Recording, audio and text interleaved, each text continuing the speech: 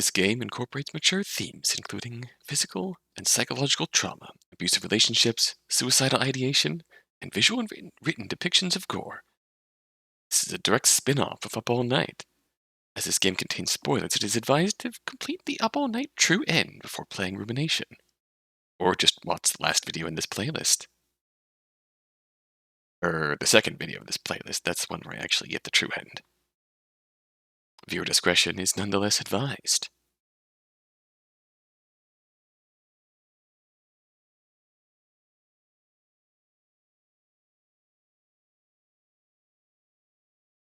That's right, this is Up All Night Rumination. By Fiendish Fiction, made for the 3rd annual Spooktober Visual Novel Jam.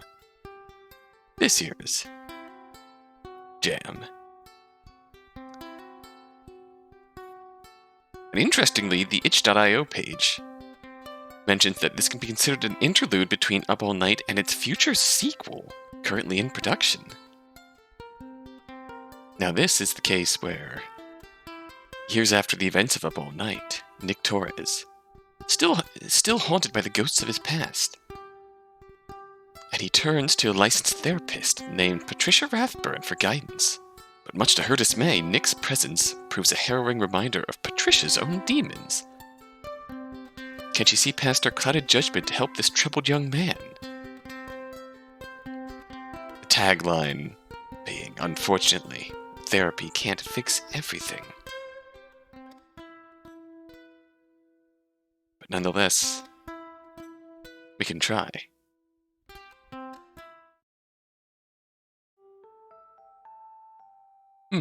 My new client's running late. Hey, Mom, come over for dinner tonight?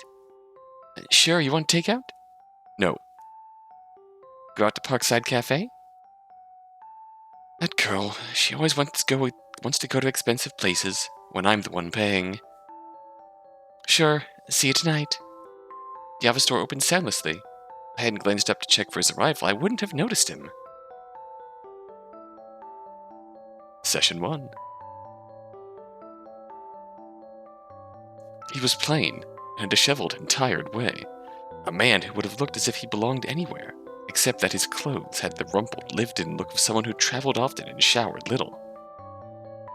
You must be Nicholas Torres. Nice to meet you. I'm Patricia Rathburn.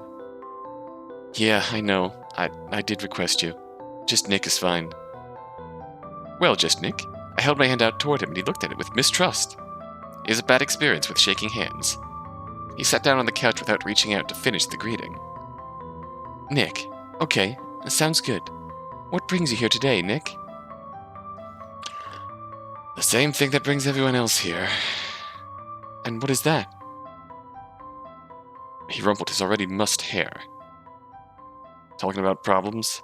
You know, that kind of junk. Why don't you give me a rundown? What are you hoping to get out of these sessions? We'll think of this as an introduction. You got any kids? That was a bit of a random question. I'd meant for him to introduce himself, but I was the one who hadn't specified. There was no real harm in giving him the answer. Yes, I have a daughter. Why do you ask? Do you? No, just wondering. We're introducing ourselves, right? Is she older? She is, but that's enough about me. What about you? He looked down at his hands. His skin was clean, but his nails were caked with old dirt, as if they had always been that way. Sorry, it's just that... No, not important. Nick, what's wrong? Oh, nothing. I'm fine.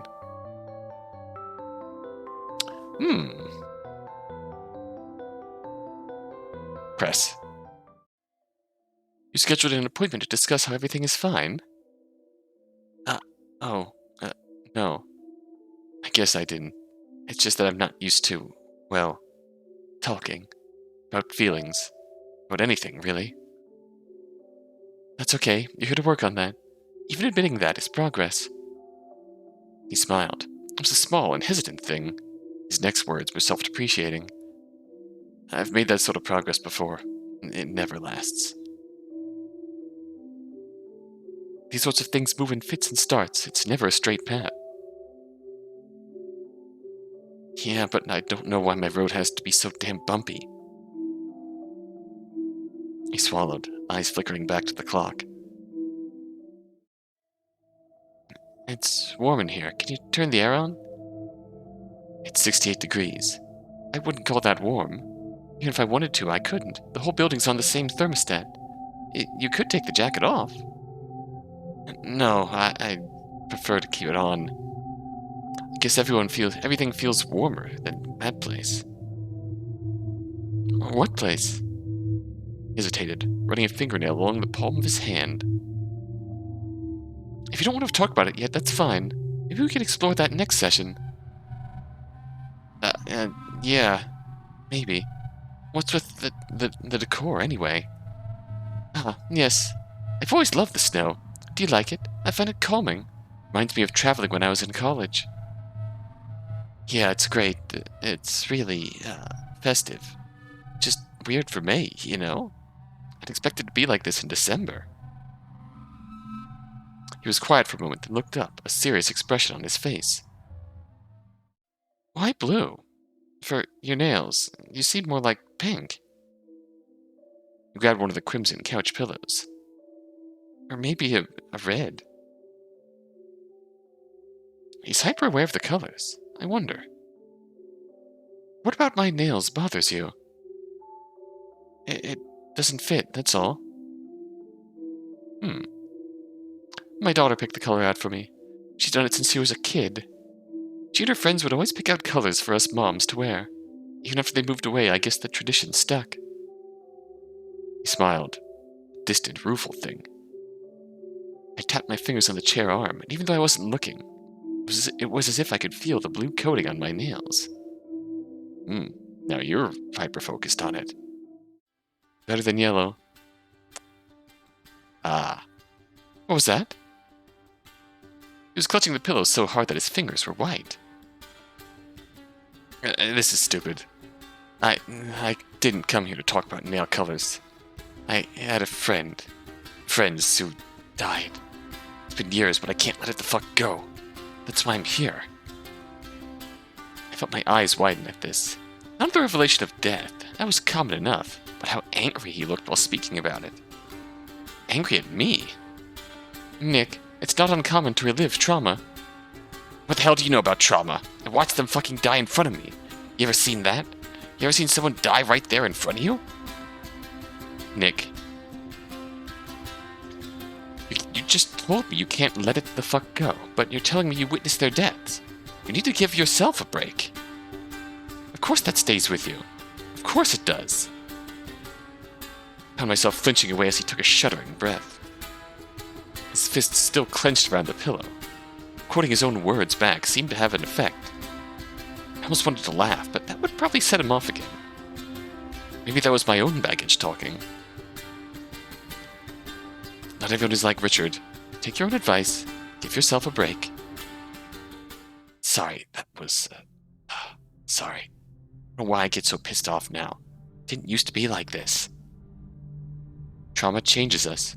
It's okay to be different now. He laughed, but none of it met his eyes. He had a lot that he needed to talk about.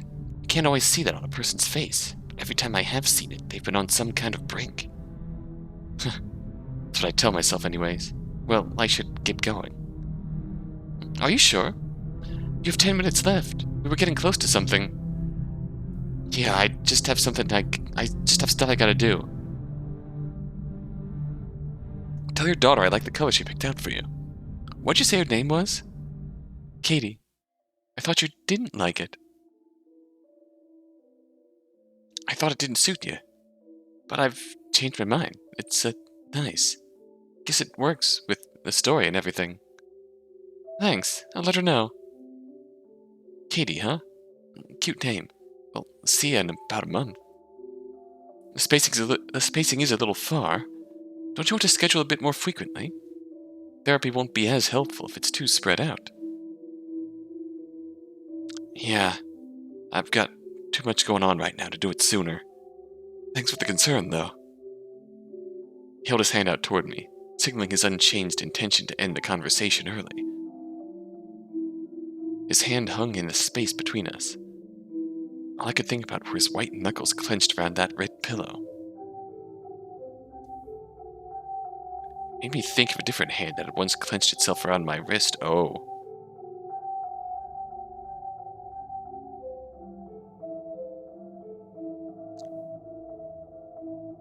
I mean, reached out and gripped his hand.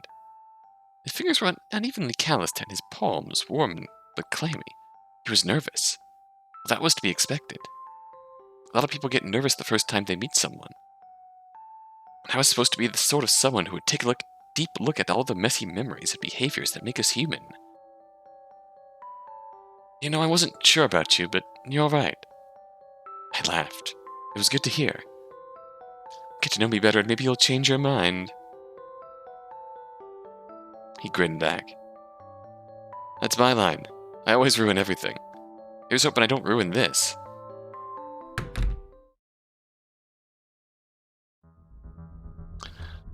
As soon as he left, I swallowed down a couple of aspirin. A small tension headache was starting to pulse at the bridge of my nose. Why now? I haven't thought of Richard for at least a year. That man is nothing like him. I sat there, lost in thought until my phone buzzed. My boss. I answered. Her voice came through, clear and sonorous.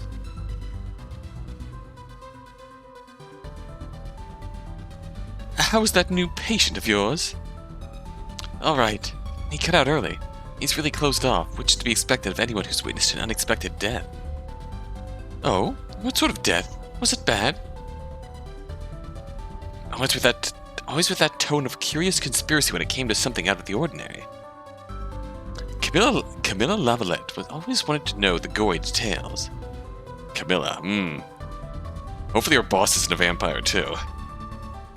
And since she was in charge of the offices and a well-known psychiatrist I wrote referrals to, I usually gave them over to her. I'm not sure. He wouldn't open up about it, but hopefully next session. Can't get anywhere with him if he's not willing to talk about the root of what's causing him stress. Pretty sure he has signs of PTSD. I'll be sure to refer him over to me if he needs any, medication. Alright, won't be for at least another month or so. He's scheduled pretty far out. Oh, that is far. Maybe give him a reminder call to reconsider. It's never too early to make progress, but it can be too late. Dr. Lavalette said that last line in practiced recitation. I'd heard it repeated to multiple clients on many occasions. It seemed to work on most people, as if nobody wanted to say no to her. With Nick already gone, though, there was nobody to try the line on. Well, I guess it's time to see Katie so she can empty my pocketbook at Parkside. Maybe she's found herself a steady boyfriend by now. One who won't mind picking up the tab every now and then. Session 2.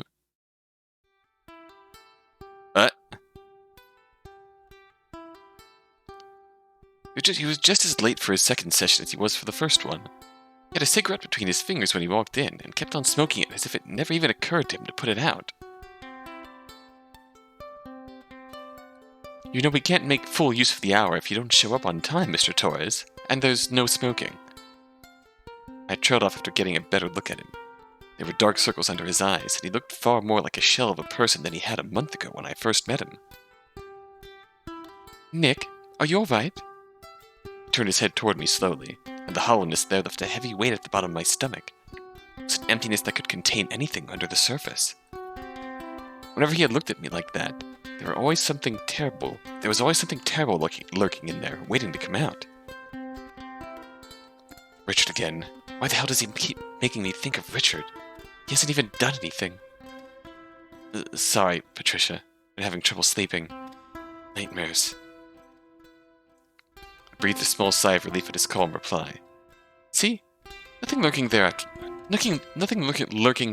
all. At least nothing that would be directed at me.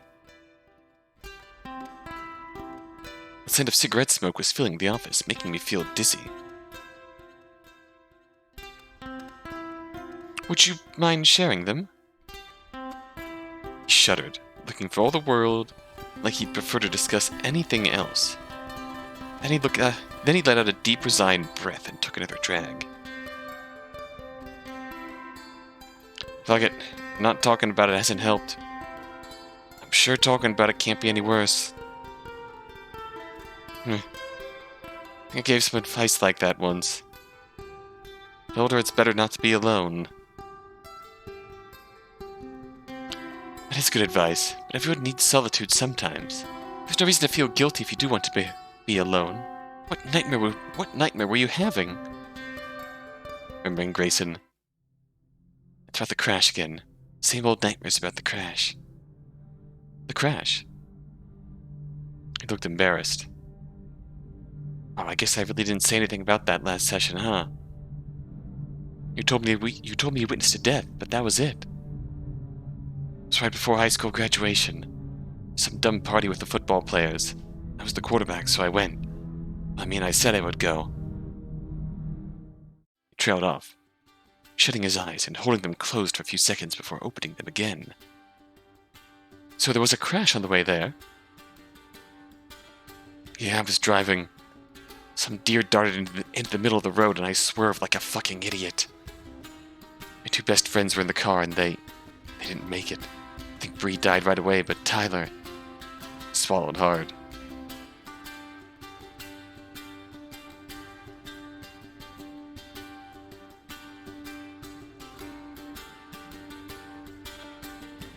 Let's actually wait for him to speak. He kept moaning for hours. I was there, alive but too messed up to move anywhere, and he just died in front of me for hours. He was so far gone he couldn't give me any last words, just that horrible sound. When our eyes met this time, the amount of rage on its face shocked me. I'm sorry. I cried the words out, not as if I were apologizing for his experience, but instead as if I were apologizing for myself. My sitting there and listening. My existence. Richard. Oh no. He wasn't the only one reliving old wounds. I'm sorry you had to go through that. I tried to act as if that was what I had meant to say all along. Act as if I hadn't just shouted a desperate apology to a different man who was so far out of my life he might as well be a ghost.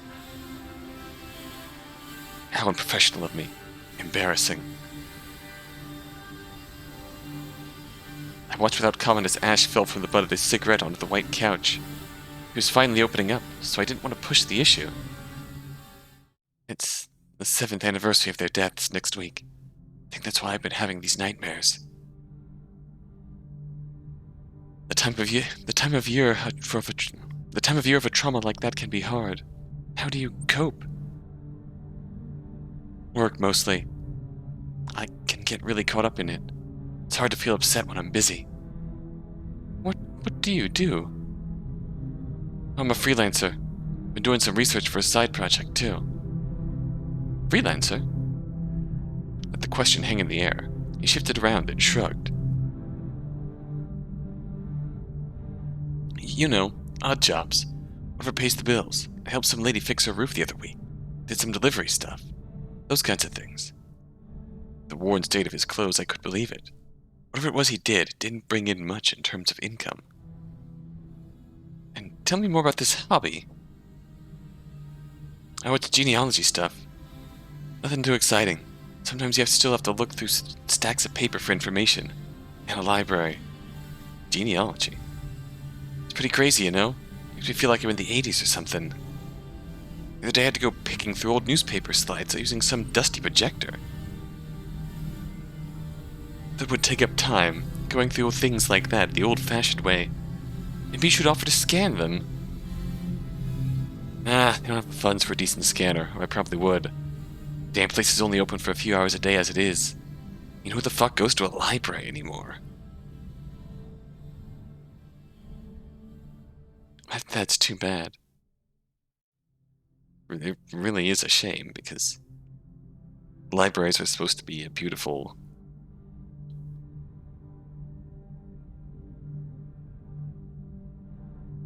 It's one of those things like... The library is supposed to be like the post office. It's supposed to be a service, not a business.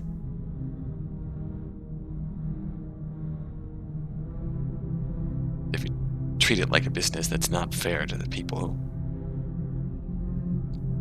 Ooh, they're there to help.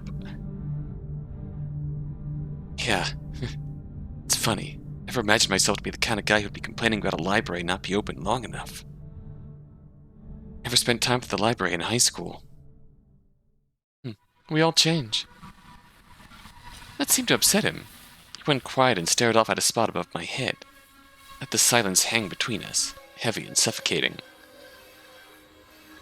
I think that's the worst part. That I can feel myself changing, but they'll always be the same. They'll always be 18. I thought of Katie then. High school graduation cap covered in rhinestones and glistening in the early summer sunlight. The way she had been then, teetering on the edge of adulthood, made me want to laugh and burst into tears all at once. But here I am. Can barely recognize myself as the same person. Except I have those same damn memories. Sometimes I feel like they aren't even mine. They're just stuck in there from a different head, different life. Disassociation is common in cases of post-traumatic stress disorder. It's normal to feel that way. It's not normal at all. We were talking about coping strategies. Is there a person close to you that you can go to for help? Nick rolled his eyes. I travel a lot, so no, not really. My mom likes to call me up to check in. She gets worried, but it just makes me think of everything and, no. He hesitated for a moment. Well, there's just one girl. We just started talking, so maybe her. I don't know her that well yet. Get along, though. She's funny. Forgot how nice it is to have someone funny as a friend. Well, I hope you can grow that into a supportive relationship. How do you usually handle relationships? I don't. Not usually.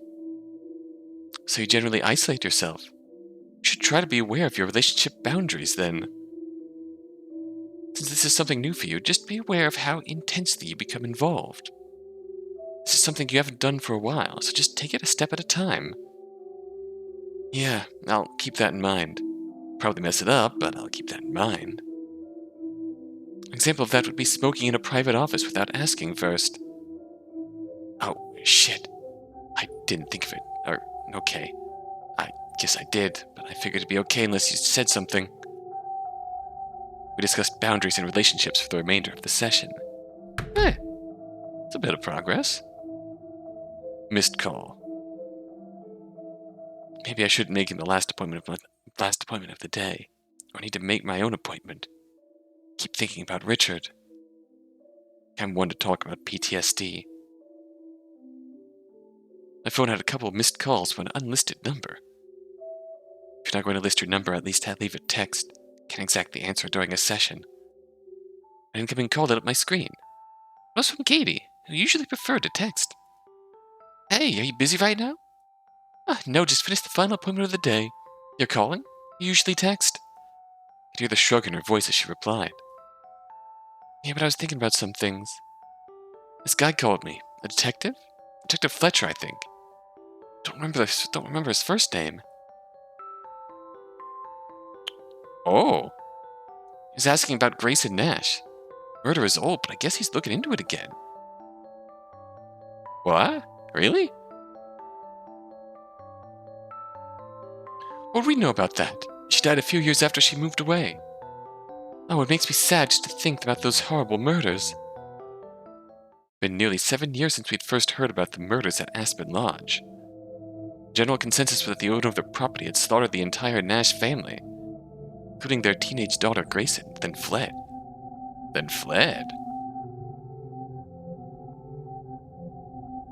We had known the Nash family before they moved away, but had heard next to nothing from them since. Kitty had tried to call and write letters for a while back then, but nobody ever called her back. I had read about their deaths just like everyone else. Could tell the detective about slumber parties and summer barbecues before they moved, but that was about it. Yeah, that's what I told him. But he kept insisting I must know something. I think he's just desperate for some kind of new lead. Out of everyone alive, we knew her the best. There was silence on the line, then Katie took a shuddering breath. I really can't believe she didn't make any other friends. She was my best friend until she moved away. She really was a wonderful girl. Guess Canty and Greg closed themselves off too. Did I tell you I ran into her a month before it happened? If only she hadn't gone up there that weekend. Maybe she was trying to work things out with Greg.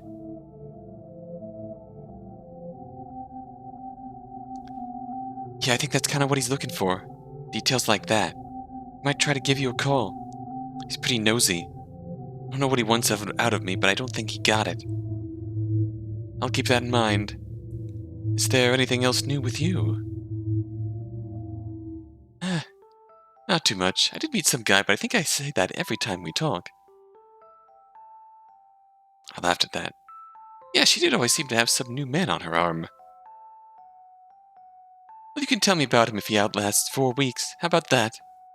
Ha, very funny. It's a deal. I guess that's usually the cutoff, huh? Oh, Mom. Voice had shifted into a tone that I knew very well. She wanted something from me. Yes? Any chance you want to go get sushi this Saturday?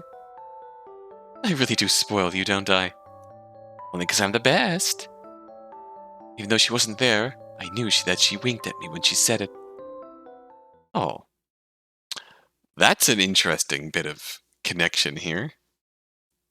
So they knew Grayson's family before she got bitten by a werewolf, and they moved up to Aspen Lodge.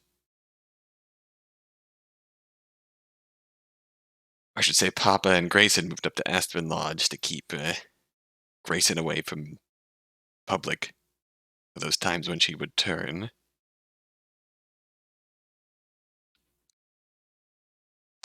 And Katie met someone, which feels ironically right along the lines of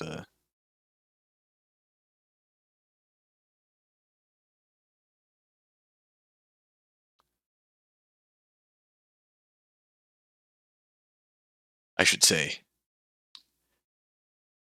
it would be quite fortuitous if the person that Katie met was Nick. Hi, Nick. I've been thinking a lot about death lately. He was jittery this time, fingers picking at the seams of the couch cushion, legs crossed and tucked under him.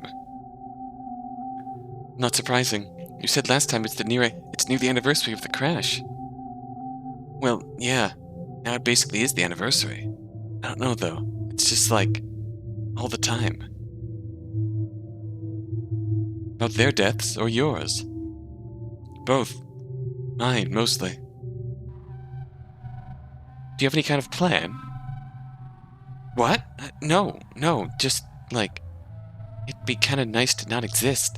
I keep wishing I died there.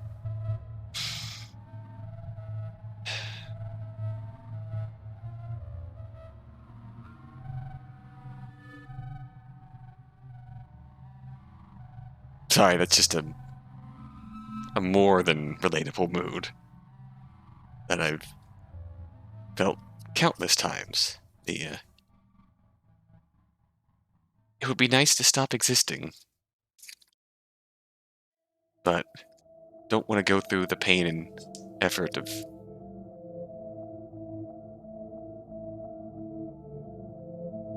doing that.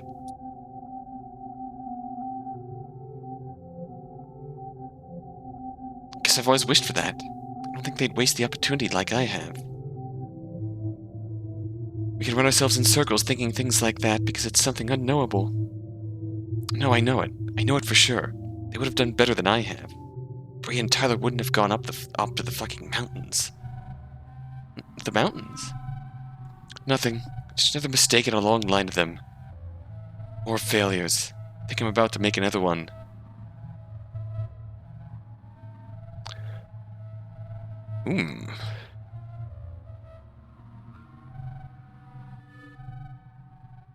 What new mistake do you think you're going to make? Getting close to people again. I thought I could keep my distance, but I find myself getting too attached. It's about that girl you mentioned last time. I guess I also think I'm getting too close to you. What?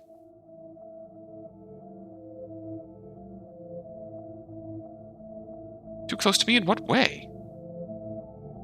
Oh no, I was thinking maybe... never mind.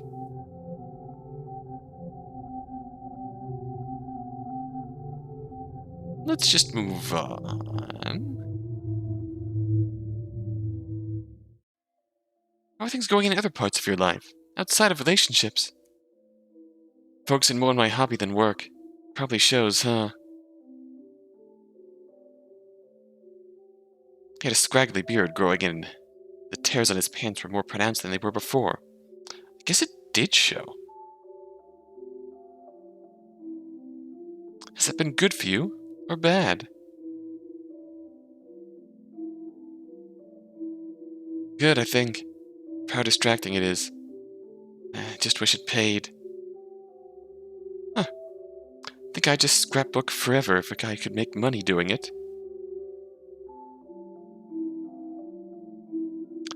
You'd like scrapbooking more than you like me. What?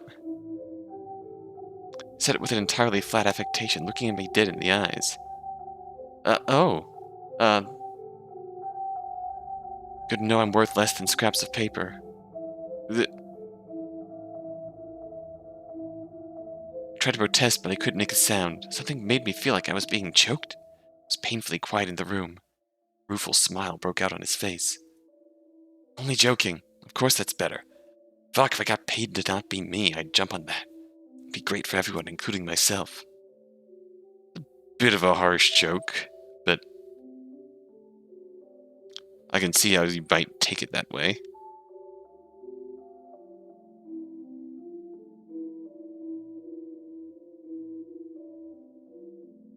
My pen rattled against the paper I was taking shorthand notes on.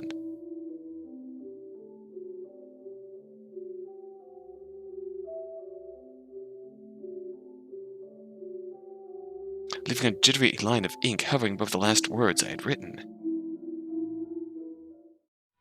Richard used to joke like that. The straight face and cold eyes. I'd only drop it when I started to apologize. My eyes started dark between his hands and his face.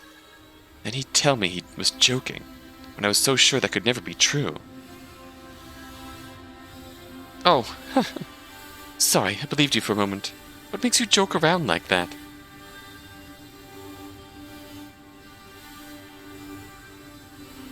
He shrugged. Makes me feel better, I guess. I've always been a bit like that. I find myself saying it out loud now.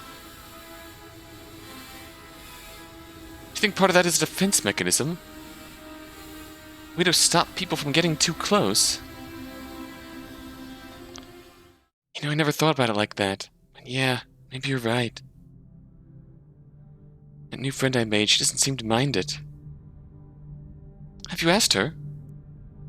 Is it something you would stop if she didn't like it? I'd try to. It's not that big a deal. It just became a habit over time.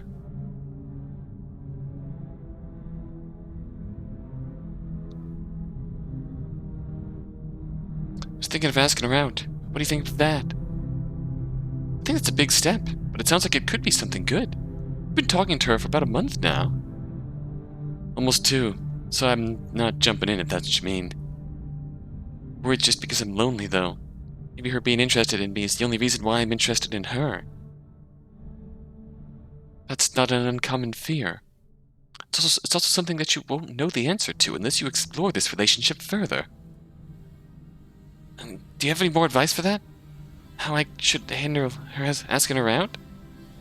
We both lost friends, and I feel like we get each other. We both potentially lost the same friend. For being perfectly honest. We discussed how to pursue healthy relationships until the session was over.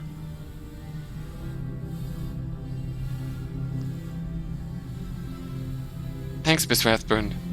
I actually think these are helping. Well, take care. You can see how it went when we talk next session. Thanks.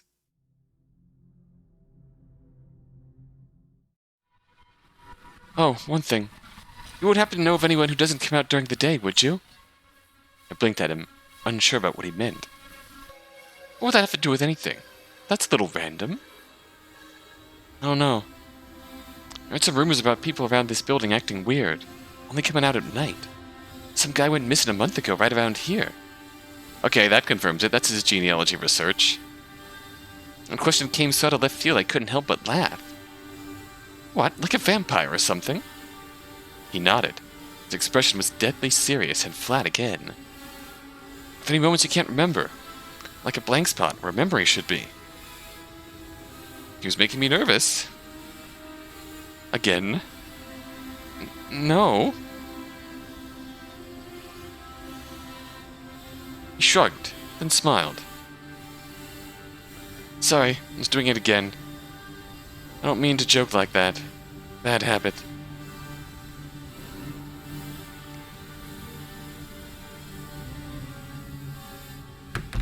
I'll say. My phone pinged when I was packing up for the day. Message from Katie. Hey, Mom. You hear from Dad? I think he was trying to call you. My heart jumped up into my throat. I always hated talking to him. Richard. No, why would you want to talk to me? IDK, he said he talked to some guy. The detective, maybe? Once he knew Grayson, too. Ah, shit. Why the hell does he want to talk to me about that? You should talk to him about it then, not me. I told him that. And since you hate him. I don't. It's okay, I'm not a kid anymore. I know you hate him. I don't hang out with him every week. You know whose side I'm on. I smiled at that. Katie really was my little girl.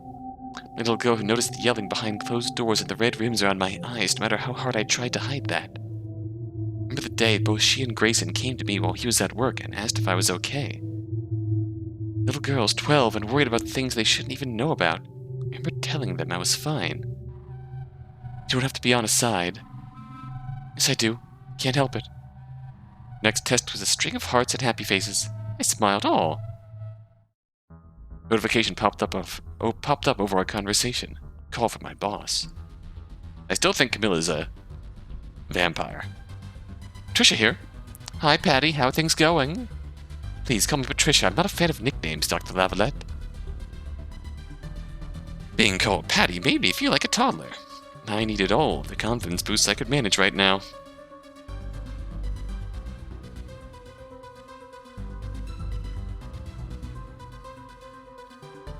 Patricia, then. You can be so dull sometimes, dear. How was your appointment with that boy? Nick Torres, was it? Made some progress on relationships. Only. Maybe it is an odd question at the end of the session. Only what? Eager as ever to talk about other people's business. He asked me something strange at the end. About someone going missing around here recently. What? Nobody's gone missing around here. Do not repeat that rumor. It's bad for business, you know that. Her voice was sharp. Like a cold knife slicing through thin plastic. I know. I mean, he asked people who didn't go out. If I knew people who didn't go out during the day. There's a few people like that in the building, but it's because they work all the time. It's not like they're vampires, or... Did he use that word? Uh-oh. What? Vampires? No, I did. I told him it sounded like he was describing vampires. Best not to mention that again, lest you destabilize him. Based on what I've read on him, he's likely to find that supernatural. Unsettling. By talking about vampires, that man had 2 people die in front of him. I think that's what he'd need to focus on. Only 2? Maybe I looked up the wrong Nick Torres. It's possible. Not the most uncommon name. Interesting.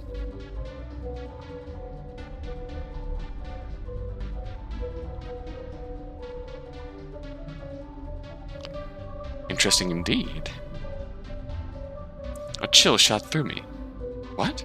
Had he experienced more than he had let on? It's unprofessional for me to look at my clients outside of the service I'm providing them. If there's more he wants to reveal, he can do it to me. In time.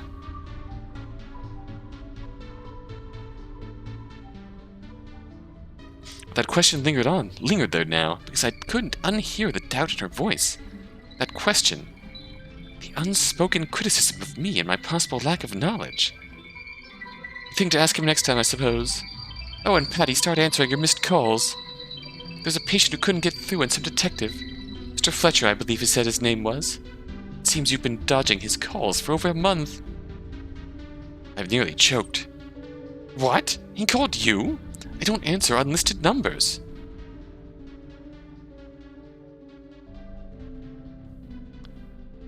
I had blocked Richard's number years ago, but there had been a few times he'd gotten through on an unlisted line. Oof. I didn't answer them anymore after that. If that detective wanted to talk to me, he could get a number that actually showed up on the screen. I'm going to answer them for now, at least until you talk to that detective. I don't need him bothering me when he wants to speak with you. At least respond to voicemails. I didn't like being ordered around like that. It made me feel like a petulant child. And why should I feel that way when I was actively trying to protect myself? It's true that I'd started deleting all my voicemails from those numbers without listening.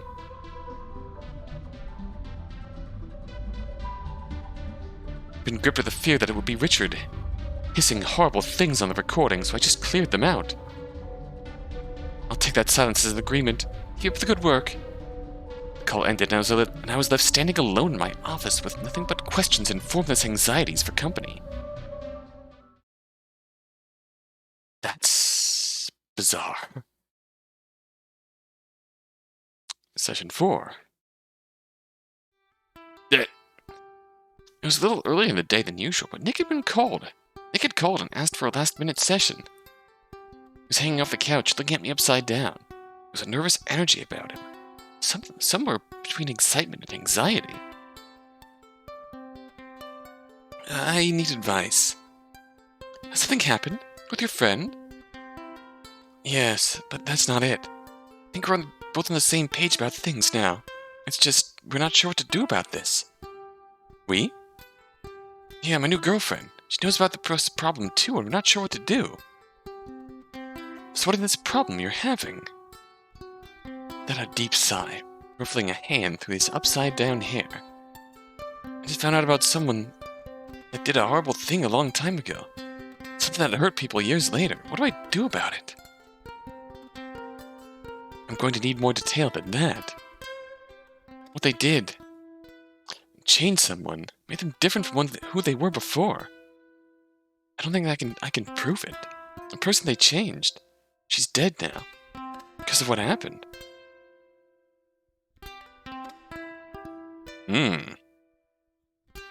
Your friend Bree. What? No, not her.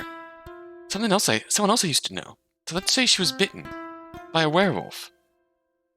I looked at him, the disbelief plain on my face. Vampires last time, and now werewolves? What's gotten into you? It's a metaphor, I guess. Just humor me, okay? Okay. That can be a helpful way of working through things. This person, they bit her. And because of that, she wanted to die because she could still hurt people. The first werewolf, the one who infected her, they're still out there living their life. Wow, this actually happened with Grayson? Ironically, this could possibly be a metaphor with Grayson and Felix, in a sense. Although Felix, it's implied that he killed the one who turned him. I don't know what to do. There's nothing you can do. Go to the authorities, see if they can investigate and find something. But this is not your battle. What if I want it to be?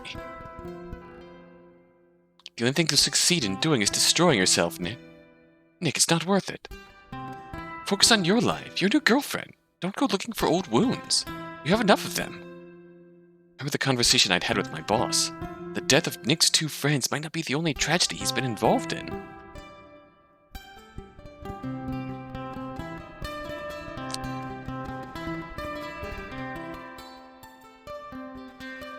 Let's not go there. I don't think you've opened up to me on everything yet. Whatever else there is, we can bring it up and explore it over time. Don't let these past things eat away at your future. That's not what this is about. Not right now. Right now I need to decide what to do about this person. This person who could keep hurting people. Nick, you're in no place to handle this. The only one who can handle this. He was sweating and angry, body shaking. This wasn't going anywhere good. Why don't we focus on self-improvement? Let these thoughts of vengeance consume you. Is it going to help anything?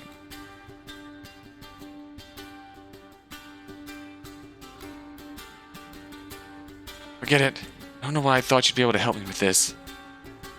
He wasn't listening to anything I was saying anymore, and I had a distinct helpless feeling of being ignored that had so consumed my life in the past. I said nothing as he stood up and walked out.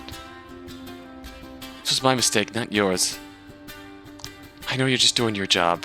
I just thought you might be able to give me some real-world human advice. My mistake.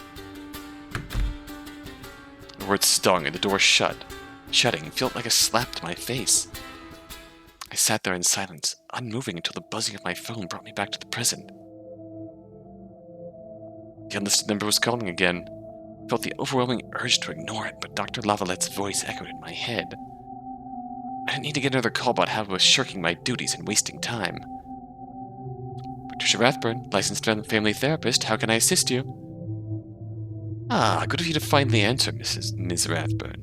I've been trying to speak with you for, well, I guess it's been months. Detective Russell Fletcher, pleased to finally catch you. Well, getting a listed number might help with that. I did leave messages, if you don't mind my saying. I think that's a pretty good sign. I wanted to call back. I have no interest in listening to messages from unknown people. Seems like a bad way to run a business. The facility has a front desk. I'm not ignoring anyone. Irritation with him was growing. I didn't want to have this conversation in the first place. My head was still spinning with all that Nick had told me. What I wanted to discuss was your past relationship with the Nash family, along with your current one with one Nicholas Torres. I hardly see how those two things are related. He was at Aspen Lodge the night of the murders. I think that's pretty related. What? He was at Aspen Lodge? When the Nash family died? I hate to tell you this, but yes, he was. The kid's been lying to you. I hardly call a 25-year-old kid. And I hardly call it lying when I haven't mentioned it and he hasn't mentioned it once. He chuckled, voice raspy and cold. Sorry. First time I met him, he was still 18. Still think of him that way, but that's not the issue at hand here. Surely just a coincidence. I can understand his not wanting to talk about... Miss Rathburn, I found you through Nick. I decided to take a closer look at his recent activities, and retracing those movements led me straight to you. Awful big coincidence, isn't it? Don't you think? He's a man obsessed. From what I could tell, he knew Grayson for a single day, but he spent years tracking pieces of her life down. I can't believe he wouldn't know who you were. Everything he was saying was filling me with a sick uneasiness. If he had known who I was from the beginning, that I had known the Nash family. That would mean... Oh God, Katie. Yes, your daughter has been less than forthcoming about it, but I have reason to believe he's made contact with her.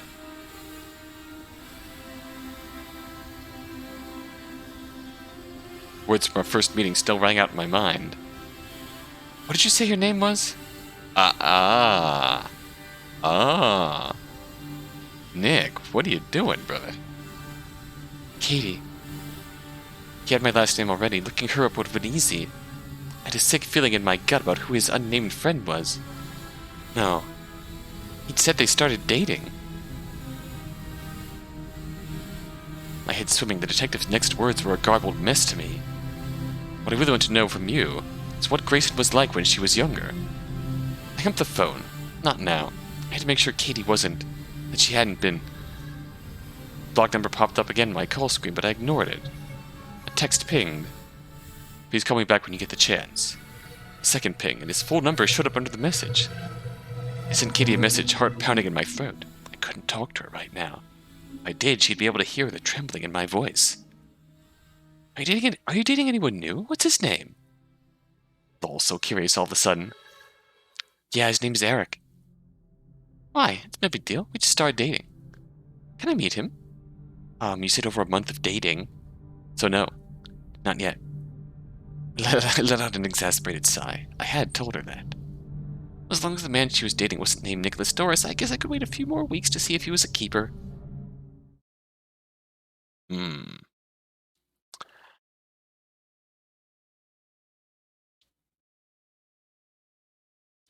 Is this all a quest to find out who turned? Like, the genealogy stuff makes me think that in some way he's looking into Felix. But the Rathburns' relationship to Grayson makes me wonder if he isn't. And the mysterious person and the blatant reference to werewolves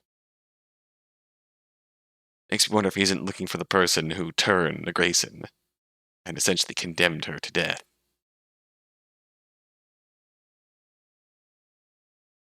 Interesting. Nick here still does need to deal with that baggage, but he is also very clearly up to something. And I'm intrigued. I was not expecting that. But interesting. Very interesting. We'll see where this goes. Session 5. Next time. Till then. Until then.